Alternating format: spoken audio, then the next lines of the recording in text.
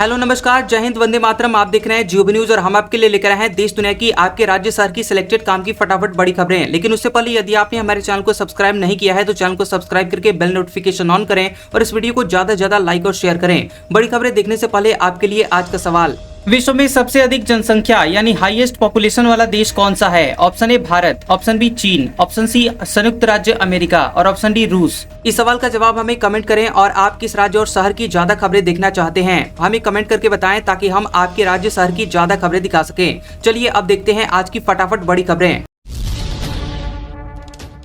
बिहार की 75 लाख महिलाओं को 10-10 हजार रुपए मिले। पीएम मोदी ने मुख्यमंत्री महिला रोजगार योजना की शुरुआत की। राज्य की 22% महिला वोटर्स को फायदा। प्रधानमंत्री नरेंद्र मोदी ने बिहार में वर्चुअली मुख्यमंत्री महिला रोजगार योजना की शुरुआत की है। 75 लाख महिलाओं के खातों में प्रधानमंत्री ने ऑनलाइन 10-10 हजार रुपए की राशि ट्रांसफर की है। 2020 के आंकड़ों के मुताबिक बिहार में महिला वोटर्स की संख्या करीब 3.39 करोड़ है और इसके मुताबिक करीब 22% महिला वोटर्स को शुरू हुई इस योजना का फायदा मिलेगा। जीविका दीदियों को संबोधित करते हुए पीएम मोदी ने कहा कि अगर देश ने जनधन योजना के तहत 30 करोड़ से ज्यादा माताओं बहनों के खाते न खुलवाए होते तो आज इतने पैसे हम सीधे आपके खाते में भेज नहीं पाते। आज जो पैसे भेजे जा रहे हैं वो पूरे आपके खाते में जमा होंगे, कोई एक पैसा भी नहीं मार सकता। पहले योजना का पैसा जब आप तक पहुँचने से पहले लूट लिया जाता था। एक भाई तब ही खुश होता है जब उसकी बहन स्वस्थ हो, परिवार खुश हो। आज आपके दो भाई नरेंद्र और नीतीश मिलकर बहनों के लिए लगातार काम कर रहे हैं। लेह हिंसा मामले में सोनम वांगचुक अरेस्ट। 2 दिन पहले प्रदर्शनकारियों ने बीजेपी ऑफिस फूंका था। लगातार तीसरे दिन कर्फ्यू, स्कूल कॉलेज भी बंद। लद्दाख के सोशल एक्टिविस्ट सोनम वांगचुक को अरेस्ट कर लिया गया है और सरकार ने वांगचुक पर लेह में 2 दिन पहले हुई हिंसा का जिम्मेदार माना था। हालांकि अभी तक ये पता नहीं चल पाया है कि उनकी गिरफ्तारी किस मामले में हुई है। वांगचुक की अरेस्टिंग के बाद लेह में इंटरनेट बंद कर दिया गया है। लेह में 24 सितंबर को हुई हिंसा के बाद से लगातार तीसरे दिन कर्फ्यू जारी है। स्कूल कॉलेज शनिवार तक बंद हैं। लेह में पूर्ण राज्य का दर्जा और 6ठी अनुसूची में शामिल होने की मांग को लेकर प्रदर्शन के दौरान हिंसा भड़की थी। इसमें 4 युवकों की जान गई थी और 80 लोग घायल हो गए थे। इसमें 40 पुलिसकर्मी शामिल हैं। अब तक 60 आरोपी गिरफ्तार हो चुके हैं। दिल्ली एनसीआर में पटाखे बनाने की इजाजत, बिक्री पर रोक। सुप्रीम कोर्ट बोला सिर्फ ग्रीन क्रैकर्स बना सकेंगे, बैन का आदेश लागू नहीं हो सका। सुप्रीम कोर्ट ने दिवाली से पहले दिल्ली एनसीआर में पटाखा बनाने की इजाजत दे दी है। कोर्ट ने कहा कि जिन मैन्युफैक्चरर्स के पास ग्रीन पटाखा बनाने के लिए NEERI और PESO का परमिट है, सिर्फ वे ही पटाखा बना सकते हैं। CJI BR गवई, जस्टिस के विनोद चंद्रन और जस्टिस NV अंजारिया की बेंच ने मैन्युफैक्चरर्स के लिए एक शर्त भी रखी है। बेंच ने कहा कि वे कोर्ट के अगले आदेश तक एनसीआर में कोई भी पटाखा नहीं बेचेंगे। अगली सुनवाई 8 अक्टूबर को होगी। सुप्रीम कोर्ट ने कहा कि पटाखों पर पूरी तरह से बैन न तो संभव है और न ही ये सही है। हम केंद्र से आग्रह करते हैं कि दिल्ली सरकार पटाखा बनाने और बेचने वालों समेत सभी हितधारकों से बातचीत करके पटाखों पर पूर्ण प्रतिबंध को संशोधित करने का प्रस्ताव लेकर आए, एक व्यावहारिक समाधान लेकर आए जिसे सभी स्वीकार करें। हाईकोर्ट बोला समान नागरिकता संहिता की जरूरत, पर्सनल लॉ में बाल विवाह की परमिशन लेकिन पॉक्सो में क्राइम, यूसीसी टकराव रोक सकता है। दिल्ली हाईकोर्ट ने देश में समान नागरिक संहिता यानी यूसीसी लागू करने की वकालत की है। कोर्ट ने कहा कि पर्सनल लॉ बाल विवाह की परमिशन देता है जबकि पॉक्सो एक्ट BNS में यही अपराध है।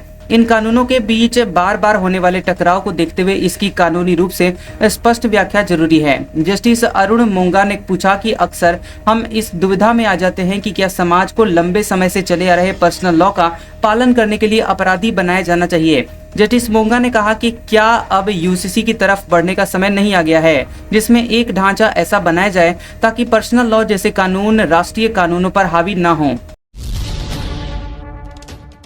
थाने में सीसीटीवी की कमी का मामला, सुप्रीम कोर्ट फैसला सुनाएगा। पहले कहा था रिकॉर्डिंग जांचने के लिए कंट्रोल रूम बने जिसमें इंसानी दखल कम हो। सुप्रीम कोर्ट पुलिस थानों में सीसीटीवी कैमरों की कमी से जुड़े हुए मामले में फैसला सुनाएगा। कोर्ट ने 15 सितंबर को इस मामले में सुनवाई करते हुए फैसला सुरक्षित रख लिया था। कोर्ट ने अपने आदेश में पुलिस स्टेशन और जांच एजेंसियों के दफ्तरों में सीसीटीवी कैमरे लगवाने को लेकर राज्य और केंद्र सरकार को भी निर्देश दे सकती है। कोर्ट ने राजस्थान से जुड़े हुए एक रिपोर्ट पर एक्शन लेते हुए कहा था कि थानों में सीसीटीवी न होने से निगरानी में मुश्किल हो रही है। दरअसल 4 सितंबर 2025 को एक रिपोर्ट सामने आई थी जिसमें राजस्थान में पिछले 8 महीनों में पुलिस कस्टडी में 11 लोगों की जान जाने का जिक्र था। भारत की उपलब्धियों से जुड़ी रिपोर्ट यूएन में जारी। 2 साल में 4 बाल विवाह रोके। असम में 84%, महाराष्ट्र बिहार में 70% तक गिरावट। बता दें कि भारत ने बाल विवाह रोकथाम में बड़ी उपलब्धि दर्ज की है। 2023 से अब तक 4 लाख बाल विवाह रोके गए हैं। बाल विवाह निरोधक कानून बनने के बाद ये सबसे बड़ी संख्या है। 3 सालों में बाल विवाह 69% घटे हैं। संयुक्त राष्ट्र आम सभा के दौरान एक कार्यक्रम में जारी जस्ट राइट फॉर चिल्ड्रन की report tipping point two zero evidence towards a child marriage free India में ये दावा किया गया है। 2023 में संयुक्त राष्ट्र महासचिव ने कहा था कि इस रफ्तार से यह कुरीति खत्म करने में 300 साल लग जाएंगे। दुनिया के 1/3 बाल विवाह भारत में होते हैं। राहुल गांधी को इलाहाबाद हाईकोर्ट से झटका। अमेरिका में सिखों पर टिप्पणी मामले में याचिका हुई खारिज। कांग्रेस नेता राहुल गांधी को इलाहाबाद हाईकोर्ट से झटका लगा है। अब उनके खिलाफ सिखों पर टिप्पणी मामले में वाराणसी कोर्ट में मुकदमा चलेगा। दरअसल पिछले साल अमेरिका दौरे पर राहुल गांधी ने कहा था, लड़ाई इस बात की है कि क्या सिख को भारत में पगड़ी और कड़ा पहनने का अधिकार है। राहुल गांधी के इस बयान के खिलाफ नागेश्वर मिश्रा ने वाराणसी की मजिस्ट्रेट कोर्ट में याचिका दायर की थी, लेकिन कोर्ट ने खारिज कर दिया। इसके बाद उन्होंने एमपी एमएलए कोर्ट में दोबारा याचिका दायर की, जिसे 21 जुलाई 2025 को स्वीकार कर लिया गया। हरियाणा में पहले दिन लाडो लक्ष्मी ऐप के 1 लाख प्लस डाउनलोड। 6 स्टेप में एप्लीकेशन। आवेदन रद्द हुआ तो मैसेज मिलेगा। 21 लाख महिलाएं 2100 रुपए की हकदार। हरियाणा सरकार ने 25 सितंबर को दीनदयाल उपाध्याय लाडो लक्ष्मी ऐप लॉन्च कर दिया है। पंचकुला में मुख्य कार्यक्रम में सीएम नायब सैनी खुद पहुंचे थे और कार्यक्रम के दौरान ही आंकड़ा सामने आया कि 50,000 लोगों ने ये ऐप डाउनलोड कर लिया। शाम होते होते ये आंकड़ा 1 लाख को पार कर गया। योजना के लिए एक मोबाइल नंबर से 25 आवेदन किए जा सकते हैं। इसमें 23 से 50 साल के बीच की महिलाओं को 2100 रुपए महीना मिलेगा। 1 लाख तक वार्षिक आय वाले परिवार की महिलाएं इस योजना का लाभ ले सकती हैं।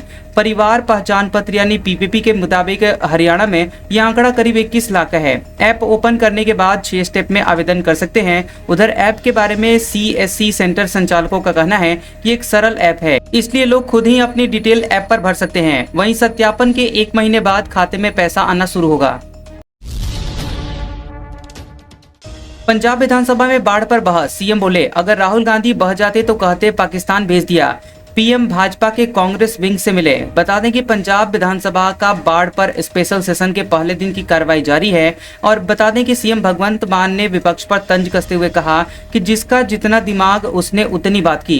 कुछ लोग आपदा में अवसर ढूंढते हैं जो बाढ़ के बहाने मुझे गालियां निकाल रहे हैं। सीएम ने आगे कहा कि कांग्रेस के महासचिव राहुल गांधी आ गए, इनको Z+ सिक्योरिटी दी। रावी का बहाव तेज था, अगर कहीं बह जाते तो कहते कि राहुल गांधी को पाकिस्तान भेज दिया। सीएम ने कहा कि केंद्र ने स्टेट डिजास्टर फंड में 25 साल में 6090 करोड़ रुपए दिए, बाकी पैसा इसमें पंजाब सरकार का है।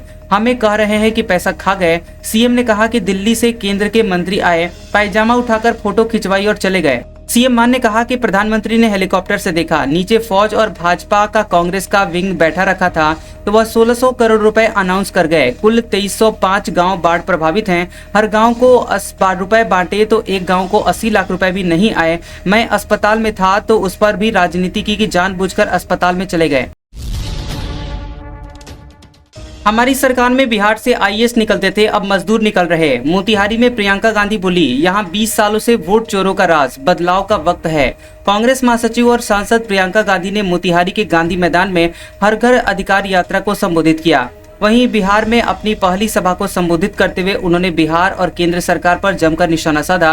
प्रियंका ने मंच से लोगों से पूछा कि का हलवा, हाल बदलने का समय आ गया है, बदलाव का वक्त है, बदलाव लाओ। उन्होंने कहा कि कांग्रेस ने 70 साल में जनता के अधिकारों को मजबूत किया, आपकी शक्ति को मजबूत किया। हमारी सरकार में यहाँ से आईएएस निकलते थे, आज यहाँ से सिर्फ मजदूर निकल रहे हैं। इस दौरान कांग्रेस सांसद ने अडानी अंबानी को मोदी का दोस्त बताया और कहा कि आज देश में बड़े बड़े उद्योग अडानी और अंबानी के हैं। ये किसके दोस्त हैं? मोदी जी के दोस्त हैं। इनका एक और दोस्त है जिसने आपके मखाने पर टैक्स लगाया। मोदी जी उनके हाथ पकड़कर चलते हैं, कभी वो आपके हाथ पकड़कर चले हैं। पंचांग में 2 दिन 20 और 21 अक्टूबर को दीपावली। उज्जैन के विद्वान बोले, पूजा 20 को करना उचित। अगले दिन दोपहर 3:35 तक अमावस्या। बता दें कि पिछले साल की तरह इस बार भी दीपावली को लेकर असमंजस की स्थिति बन गई है। तिथियों के अंत में से कुछ पंचांगों में दिवाली 20 अक्टूबर की तो कुछ में 21 अक्टूबर को बताई गई है। उज्जैन के विद्वानों का मानना है कि प्रदोष काल की अमावस्या 20 अक्टूबर की रात तक ही रहेगी, इसलिए दीपावली 20 अक्टूबर को ही मनाना शास्त्र सम्मत है। ज्योतिषाचार्यों के मुताबिक इस बार अमावस्या तिथि 20 अक्टूबर को दोपहर 3:45 से शुरू होकर 21 अक्टूबर को दोपहर 3:35 तक रहेगी। सूर्यास्त के बाद कम से कम 24 मिनट तक अमावस्या बनी रहे, तभी प्रदोष काल में पर्व मान्य होता है। 21 अक्टूबर को प्रदोष नहीं होगा, जबकि 20 अक्टूबर को प्रदोष काल रहेगा। यही कारण है कि दीपावली का पर्व 20 अक्टूबर को मनाना ही उचित बताया जा रहा है। एयर ट्रैफिक कंट्रोल ऑफिसर के लाइसेंस ट्रेनिंग नियम और सख्त होंगे। ट्रेनी अफसर को बिना जांच कंट्रोल टावर तक एक्सेस नहीं। प्लेन क्रैश रोकने के 6 नियम बनाए। विमान सुरक्षा को सीधे नियंत्रित करने वाले एयर ट्रैफिक कंट्रोल ऑफिसर यानी एटीसीओ की निगरानी अब और कड़ी और पारदर्शी बनाई जा रही है। यही तय करते हैं कि विमान कब उड़े, कितनी ऊंचाई पर जाए और कब लैंड करे। नागरिक उड्डयन महानिदेशालय डीजीसीए ने 6 ड्राफ्ट तैयार किए हैं और इनका मकसद प्रशिक्षण संस्थानों से लेकर ट्रेनर और एटीओ तक की गुणवत्ता, पारदर्शिता और जवाबदेही सुनिश्चित करना है। अब जांच के बिना trainee air traffic officer control tower नहीं पहुंचेगा। 6 नियम बनाए गए हैं जो कि ट्रेनी, ट्रेनर और ट्रेनिंग को और सख्त बनाते हैं। तेजस्वी यादव बोले, बहन पर उंगली उठी तो बर्दाश्त नहीं करूंगा। संजय रोहिणी विवाद पर कहा, दीदी ने गोद में खिलाया, पिता को किडनी देकर कुर्बानी दी है। लालू यादव की बेटी रोहिणी आचार्य और संजय यादव के बीच मनमुटाव के बीच तेजस्वी यादव ने पहली बार बयान दिया। तेजस्वी ने कहा कि रोहिणी दीदी हमारी बड़ी बहन है, हमको पाला और बड़ा किया है। उन्होंने जो कुर्बानी दी है शायद ही आज के समय में कोई और अपने परिवार के लिए करता है। उन्होंने पिता को किडनी दी है। छपरा की जनता भी चाहती थी कि वह राजनीति में आए। इसके बाद हमारे पिता लालू जी ने उन्हें वहां से टिकट दिया। उनकी लालसा न कभी टिकट पाने की रही है और न किसी को टिकट दिलवाने में रही है। उस समय भी सम्राट चौधरी ने कहा था कि देखो लालू जी टिकट देकर किडनी ले रहे हैं। एक बाप बेटी के रिश्ते पर किसी तरीके से उन्होंने सवाल उठाया था, ये लोग माँ बहन की इज्जत करने वाले लोग हैं क्या? महाराष्ट्र के डिप्टी सीएम बोले, इसे ही सीएम बना दो, हम क्या कंचे खेलने आए हैं। किसान की कर्ज माफी की मांग पर भड़क गए पवार। महाराष्ट्र के उप मुख्यमंत्री अजीत पवार मराठवाड़ा के धाराशिव में बाढ़ प्रभावित इलाकों का दौरा करने के लिए पहुंचे थे। यहां पर उनका किसानों से बातचीत का एक वीडियो सामने आया, जिनमें वे कर्ज माफी की मांग पर गुस्सा करते हुए नजर आ रहे हैं। जब एक किसान ने कर्ज माफी की मांग की तो डिप्टी सीएम ने गुस्से में कहा कि इसे मुख्यमंत्री बना दो, क्या तुम्हें लगता है कि हम कंचे खेलने आए हैं? मिग-21 फाइटर की आखिरी उड़ान एयरफोर्स चीफ ने सवारी की। 62 साल बाद रिटायर हुआ। 1965, 1971 और कारगिल जंग में शामिल रहा। बता दें कि भारतीय वायुसेना की रीढ़ कहा जाने वाला मिग-21 एयरक्राफ्ट रिटायर हो गया है। चंडीगढ़ एयरबेस में फाइटर जेट को विदाई दी गई। विमान की सेवाएं आधिकारिक तौर पर अब खत्म हो गई हैं। विदाई समारोह में एयरफोर्स चीफ एपी सिंह ने 23 स्क्वाड्रन के 6 गेट के साथ आखिरी उड़ान भरी। स्क्वाड्रन लीडर प्रिया शर्मा ने भी फ्लाई पास्ट में हिस्सा लिया और 1963 में एयरक्राफ्ट चंडीगढ़ में ही वायुसेना में शामिल हुआ था। बरेली में आई लव मोहम्मद विवाद पर बवाल। जुमे की नमाज के बाद भीड़ सड़क पर उतरी, पथराव, पुलिस ने लाठीचार्ज किया। बरेली में जुमे पर आई लव मोहम्मद विवाद को लेकर 3 जगहों पर बवाल हो गया। पुलिस ने हालात पर काबू पाने के लिए लाठीचार्ज किया, लोगों को दौड़ा दौड़ा कर पीटा। इससे भगदड़ मच गई। दरअसल मौलाना तौकीर रजा ने मुसलमानों से शहर के इस्लामिया ग्राउंड में प्रदर्शन करने की अपील की थी। जुमे की नमाज के बाद भीड़ सड़क पर उतर आई और जबरन ग्राउंड में ले जाने की जिद पर अड़ गई। पुलिस के मुताबिक भीड़ को रोका गया, तब इस भीड़ ने तोड़फोड़ शुरू कर दी। धार्मिक नारे लगाए गए और उग्र हो गए। पथराव शुरू कर दिया। छतों से भी पत्थर फेंके गए। पुलिस ने हालात पर काबू पाने के लिए लाठीचार्ज किया। यूपी में एडमिशन होते ही आएगी स्कॉलरशिप। सीएम योगी बोले, पहली बार समय से पहले छात्रवृत्ति दी, पिछली सरकारों ने लटकाया। योगी सरकार ने छात्रवृत्ति वितरण व्यवस्था में बड़ा बदलाव करते हुए समय से पहले देने का ऐलान किया है। बता दें कि शुक्रवार को मुख्यमंत्री योगी आदित्यनाथ लखनऊ में 3,96,000 छात्र छात्राओं को 89.96 करोड़ की छात्रवृत्ति उन्होंने ट्रांसफर की। सीएम योगी ने कहा कि 2017 तक पिछली सरकारों ने छात्र छात्राओं के साथ गलत किया। उन्हें स्कॉलरशिप न समय से मिलती थी और न ही पूरी मिलती थी। हमारी सरकार ने समय से पहले छात्रवृत्ति देने की शुरुआत कर दी है। आने वाले समय में एडमिशन लेते ही स्कॉलरशिप खाते में आ जाएगी। पूर्णिया एयरपोर्ट से नियमित उड़ानों को मिल रहा है बेहतर रिस्पांस। 85% सीटें बुक। अक्टूबर के आखिरी सप्ताह में दिल्ली के लिए शुरू होगी हवाई सेवा। बता दें कि पूर्णिया एयरपोर्ट से नियमित उड़ानों को यात्रियों का बेहतर रिस्पांस मिल रहा है। यहां से 4 विमानों का संचालन गुरुवार को हुआ। 2 विमानों ने उड़ान भरी जबकि 2 ने लैंड किया। 142 यात्री पूर्णिया पहुंचे जबकि 123 यात्री पूर्णिया एयरपोर्ट से सफर किए। बता दें कि एक दिन में हवाई अड्डे से 265 यात्रियों का आना जाना हुआ। एमपी में किसानों के लिए फिर भावांतर योजना। सीएम ने सोयाबीन के लिए किया ऐलान, कहा एमएसपी से कम बिका तो सरकार देगी अंतर की राशि।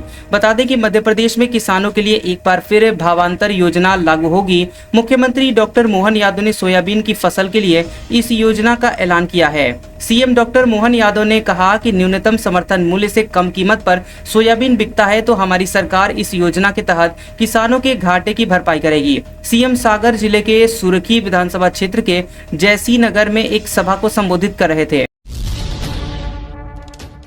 हल्दीराम पर 1 लाख रुपए जुर्माना। कम वजन का नमकीन बेचने पर उपभोक्ता आयोग का आदेश, ग्राहक को 10,000 रुपए देने होंगे। उमरिया जिला उपभोक्ता विवाद प्रतिपोषण आयोग ने हल्दीराम कंपनी पर एक ग्राहक को कम वजन की नमकीन बेचने के मामले में 1 लाख रुपए का जुर्माना लगाया है। इसके साथ ही आयोग ने कंपनी को शिकायतकर्ता को 10,000 रुपए देने का भी आदेश दिया है। यह मामला 19 जुलाई 2024 का है। स्थानीय ग्राहक राकेश दर्दुस्सी ने हल्दीराम कंपनी के 400 ग्राम वजन वाले आलू भुजिया नमकीन के 2 पैकेट 180 रुपए में खरीदे थे।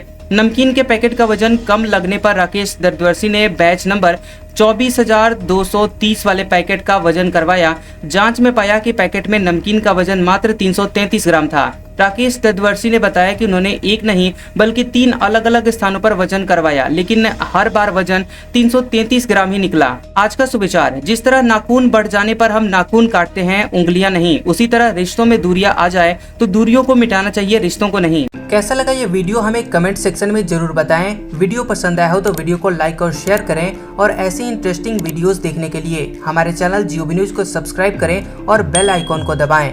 और हमारे ओल्ड और लेटेस्ट वीडियोस देखने के लिए हमारे प्लेलिस्ट और कम्युनिटी टैब को जरूर चेक करें। तो मिलते हैं अगले वीडियो में, तब तक के लिए आपका शुक्रिया।